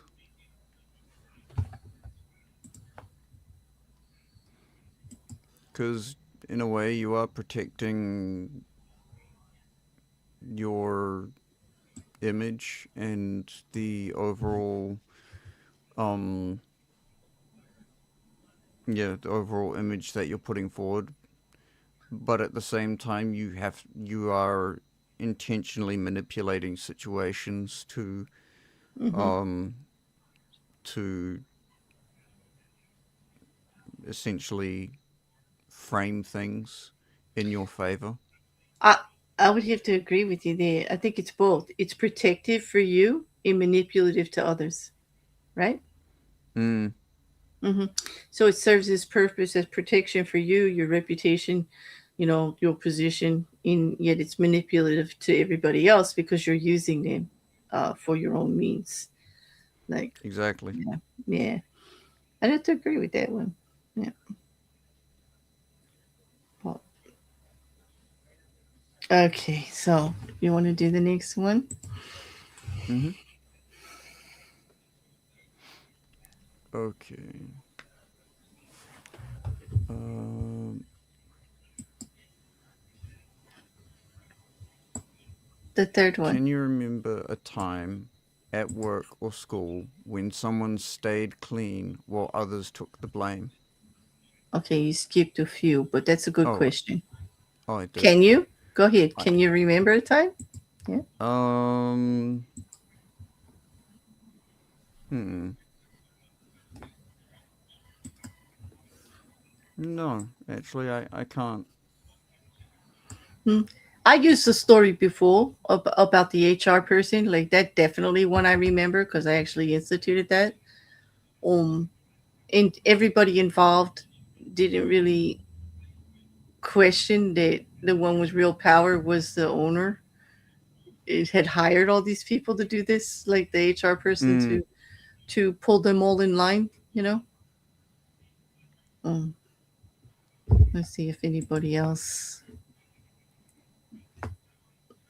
Nope, nothing in the chat. Okay, so why do you think people accept scapegoats instead of questioning who has real power? Less brain power. People, people are inherently lazy. It's and it's Mm-hmm. not, it's and it's not really. Uh, it's not really a negative, but it's just easier to go with whatever is whatever appears to be the correct answer as opposed to spending the time to uh, Mm-hmm. basically research um and and figure out who really is to blame. This is so true. And there's actually like when I looked into the psychological reasons like that they would, it's because humans prioritize perception over reality. You judge your leaders by appearances rather than the facts of the matter, which makes reputations fragile and yet manuable. Scapegoating exploits cognitive biases like blame shifting and emotional reasoning because people seek simple villains during stress, ignoring complexity. Just like you said, Mm-hmm. it's easier. It's easier to just go with, oh, they did it, good, pile on. Like, no, I don't need to find. Mm-hmm. I don't need to know anything else. And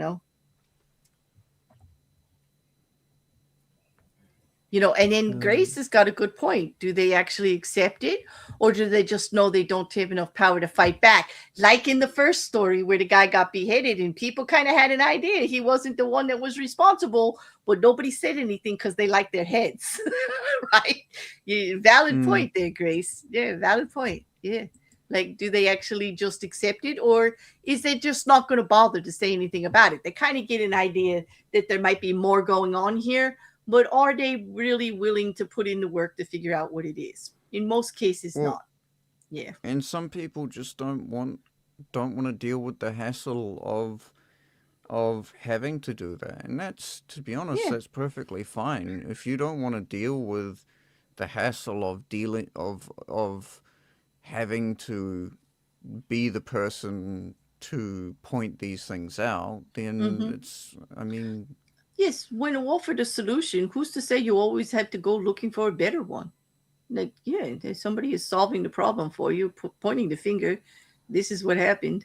you don't always You have to weigh be it the out. person Yeah. to say the answer to a question you know the answer to. Mm-hmm. Yep. So here you go. Where do you draw the line between smart image management and manipulation? Ain't gonna bid a nickel. I know what you're gonna say. Um,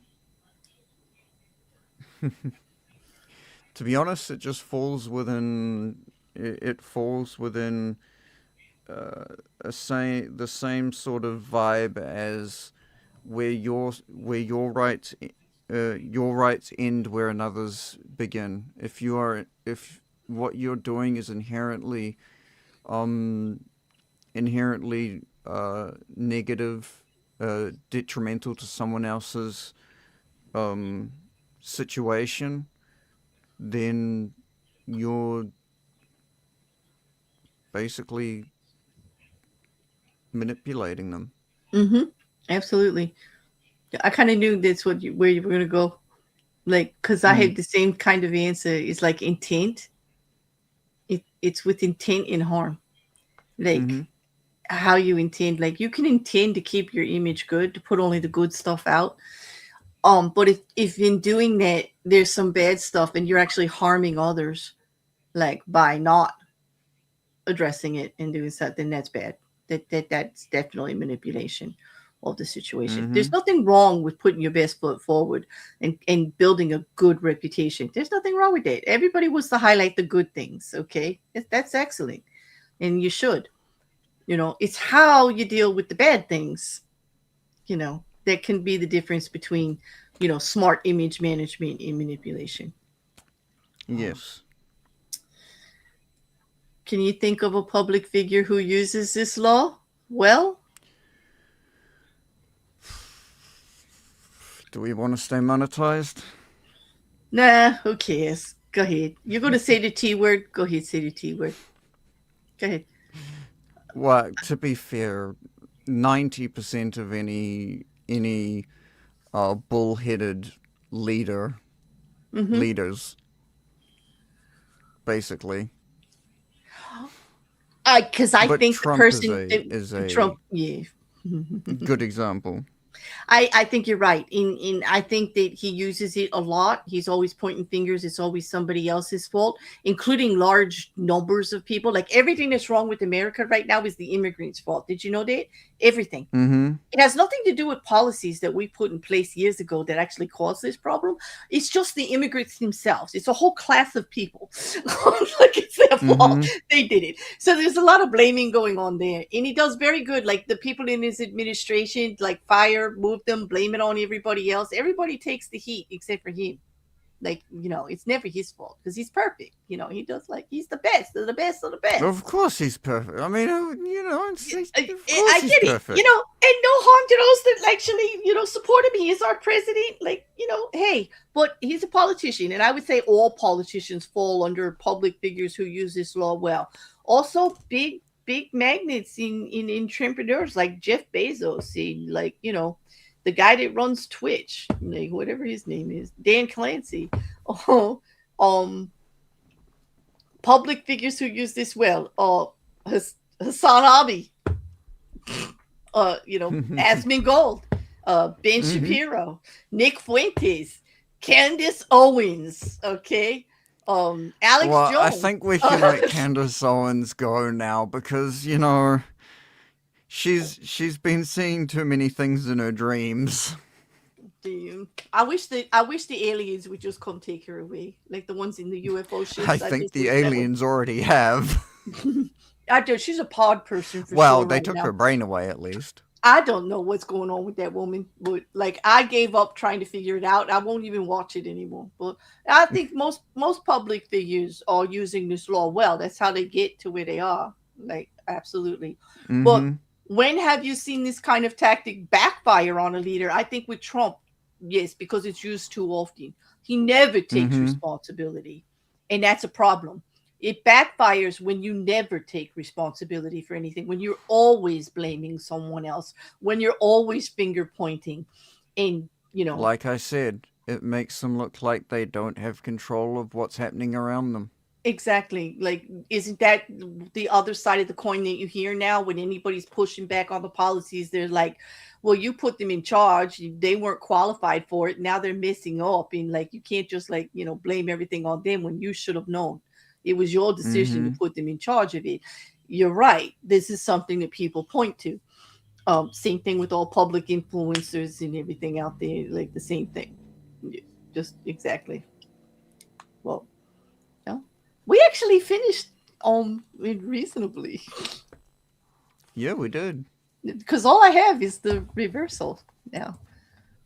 But I talked a lot. Do you want to read it, or do you want I me to can read read it? the reversal. I think so. You let me talk a lot. Like I'm feeling like I think people want to hear your voice. There you go. The cat's paw and the scapegoat must be used with extreme caution and delicacy. They are like screens that hide your own involvement in dirty work from the public. If at any moment the screen is lifted and you are seen as the manipulator, the puppet master, the whole dynamic turns around. Your hand will be seen everywhere, and you will be blamed for misfortunes you may have had nothing to do with. Once the truth is revealed, events will snowball beyond your control. In, in 1572, Queen Catherine de that's a word I'm not even going to try and pronounce Oh, of hold on. France conspired to do away with Gaspard de Colongi, Oh, Colony. okay. I know who you're talking about. Uh, This is the famous de Medici, the de Medicis of France. Catherine, Queen Catherine of de Medici, de oh, Medici, de Medicis, de Medici. Medici. Okay, Okay, that word. yeah, that one. Okay, sorry. Carry With on. with Gaspard de Colony, an admiral in the French Navy and a leading member of the Huguenot Huguenots, French Protestants community.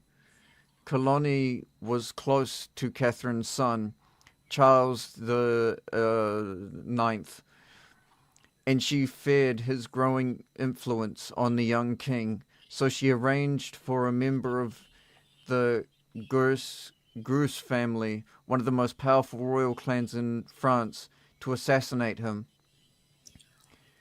Secretly, however, Catherine had another plan. She wanted the Huguenots to blame the Gatsies for killing one of their leaders and to take revenge. With one blow, she would erase or injure two threatening rivals, Colony and the guys in the The guy's Goose family. family. Yeah. Yet both plans went awry. The assassin missed his target, only wounding Colony. Knowing Catherine as his enemy, he strongly suspected it was she who had set up the attack on him, and he told the king, so. Eventually, the failed assassination and the arguments that ensued from it set off a chain of events that led to a bloody civil war between Catholics and Protestants, culminating in the horrifying massacre of St. Bartholomew's Eve, in which thousands of Protestants were killed. Hmm. If you have to use a cat's paw or a scapegoat in an action or of great consequence, be very careful. Too much can go wrong. It is often wiser to use such dupes in more innocent endeavors, where mistakes or miscalculations will cause no serious harm. Finally, there are moments when it is advantageous not to disguise your involvement or responsibility, but rather to take the blame yourself for some mistake. If you have power and are secure in it, you should sometimes play the penitent with a sorrowful look. You ask for forgiveness from those weaker than you. It is a ploy of the king who makes a show of his own sacrifices for the good of the people. Similarly, upon occasion, you may want to appear as the agent of punishment in order to instill fear and trembling in your subordinates. Instead of the cat's paw, you show your mighty hand as a threatening gesture. Play such a card sparingly. If you play it too often, fear will turn into resentment and hatred. Before you know it, such emotions will spark a vigorous opposition that will someday bring you down. Get in the habit of using a cat's paw. It is far safer. Hmm. It is. It keeps you out of the discussion of the bad deeds that have to be done, if they have to be done. Mm-hmm. But, the reversal actually points out the fact that it's not always necessary to do this. And sometimes it's better not to. Because, like Mm-hmm. all of the tactics that are put forth in the chapters, and we found this in the 50th law also when we did that book, you don't necessarily have to be that aggressive about it to get your point done. And when you don't need No, to you be, don't. sometimes it's better to build your reputation is to not overly looking into them. Exactly. Oh, Rocky Couch, I now see what you mean. He said like one of the examples was the one with the tiny guitar.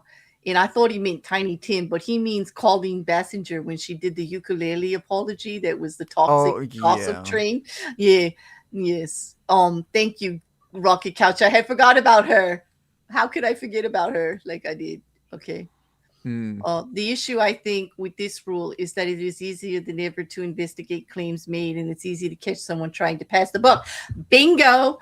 Because it is the age of the internet, and those that will take, Mm-hmm. like, it's easier to figure out. Like, it takes only 2 seconds. In the more chaos we have in our world, the more we don't believe anything, right? Like right now, I don't believe anything I see or hear that comes across the internet, the news, anybody tells me anything. I'm researching everything. I don't even believe the research. I have to, like, I used to have to only have 3 points, to prove something, or five. Now I'm looking at 10, like, to make sure that it is what it is. And then I still have Mm-hmm. doubts. I'm living in a very doubtful atmosphere right now. Um, Yes. yeah, but yeah. eh, And you're right, Mrs. Cassandra. Governor Newsom never takes accountability. That's all you're going to say. Is that political as you're going to get today, Mrs. Cassandra? But you're right. He's always finger blaming. But like most politicians, he's just like most most most poli- most politicians in doing so. It's kind of like the status quo. Um. So Exactly. yeah. But yeah, we goes like, what would you? What would your final words be on this chapter? Well, my final words are, and you can figure out what they mean and put them in the comments if you want. You'll always find dirt on a clean white plate. Hmm. How prophetic of you. Like, that's actually quite creative way to, yeah. Hmm. Kind of similar to something I was pointing at before. The cleaner someone's image is, the more we want to find something. Like, are not the best leaders relatable? We want them to be better than Mm-hmm. us because they're in control and they have the power. We want to look up to them, but we need to resonate with them. We need to relate to them. We need to bond with Mm-hmm. them, that they're somewhat like us, right? Somewhere. Like, yeah. Yep. Otherwise, there's nothing but rebellion, and definitely going to be pushed back eventually in a large way. Yeah. Mm-hmm. Yeah. So that's very nice way to end it. You always can see the dirt on a clean white plate. Yep. On that, what do we got coming up next week? The next one is Law 27. Play on people's need to believe to create a cult like following. Oh my God. Well, first, I'd like to congratulate both of us for getting through this chapter. Mm-hmm. Yeah. And I don't even have a And we're headache. I'm impressed. Like, I don't have a headache. mm-hmm. It's good. And we're well past halfway now. Yes, we are. But 27, like, what? Like, okay. So we're going to start a cult next week. Y'all ready? I hope you'll join us. Like, Mm-hmm. thank you so much for everybody who joined us in the chat and gave opinion and questions or stopped by to say hi. For everybody on the replay crew, like, we welcome your comments, questions, whatever you got to say about it. Let us know how we're doing, good or bad. Like, you know, Rick, we're pretty tough, right? You can take it, right? Oh, hell yeah. I Yeah. love negative feedback. It's like, I'm it's studying good. electricity. It's the only True. kind of feedback I expect. Exactly. Very good pun on the words there. Like, very good. What I hope you will all join us. And for those of you that are watching and don't want to comment, don't be afraid. Like, we do appreciate the views. We do appreciate um you keeping this series going. Every little bit helps. So don't forget to like, share, comment, meet us in the comments if you will, and subscribe if you haven't, so you get notifications on when we'll be back. Um, do you have anything channel wise you want to say, Rick? I'm gonna be releasing more covers soon and some more guitar pieces as well. Ooh, I like the sound of that. We all love how you play. It's so soothing. I could definitely use it after these streams for sure. Yeah. And for those of you that are following me here on Monday, we will have Monday Mayhem, and we'll just be going over some of the ridiculousness of the world and have a little lighter stream. And then we'll be doing a true crime update on Rex Harriman, the Long Island serial killer. There's been some stuff on that, so look, we'll be looking for a video on that. Uh, what? Otherwise, Friday I just did another recap post verdict on Colin Gray. I did it with Trial TV Live. I'm sorry. Um, and I'm enjoying actually having someone to talk true crime with, like, and go over how what we saw and what we saw in the courtroom. So if you're interested in that, I will link that one also to the Colin Gray playlist if you want to follow along with that. But otherwise, we'll see you all next week, right? You're gonna be here, You're gonna be here with me, Rek, on Saturday. You better. Absolutely. You better. This was your idea. I'm gonna hold you to it. Okay. Okay. Thank you all. Thank you to my mods. Always appreciative of you guys keeping things going. Thank you for everybody who contributed in comments. And we will see everyone next week, if not Monday. Okay. Shall I hit it? Hit the button.